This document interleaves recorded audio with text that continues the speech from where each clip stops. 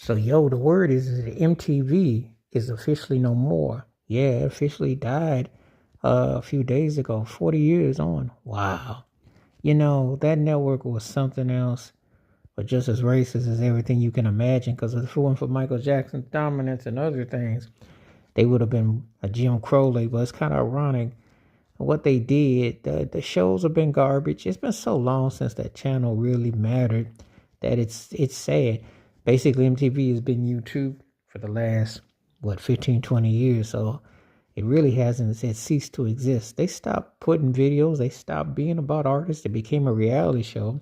Did like The Real World, even though that became a blueprint for a lot of what you see with these shows that you get with Love Island and this thing. They did it in the 90s. And MTV pretty much ceased to be MTV as you know it. After the late 90s, it just became TRL when Carson Daly had his broke version of American Bandstand. And he looked like he was going to be a double Junior Whopper Dick Clark.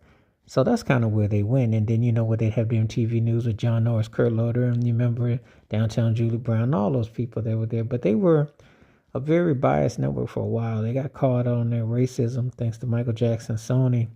But say, if y'all don't play the Thriller videos, we're going to pull everything off. So I'd like to address that because David Bowie, rest in peace, called them out on that mess.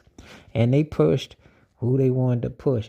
They got to push a lot of different artists. And it was a happening place once upon a time. They mentioned record sales, they mentioned performances. There was a lot of people that performed there, all the big names that blew up there, And they had a hand in the boy groups and the girl groups. Yo MTV Raps was like the answer to what they tried to do. Yo Ed Lover and Dr. Dre and all that. And, they had their moments, but they had really hit their peak from the mid-'80s to about the mid-'90s.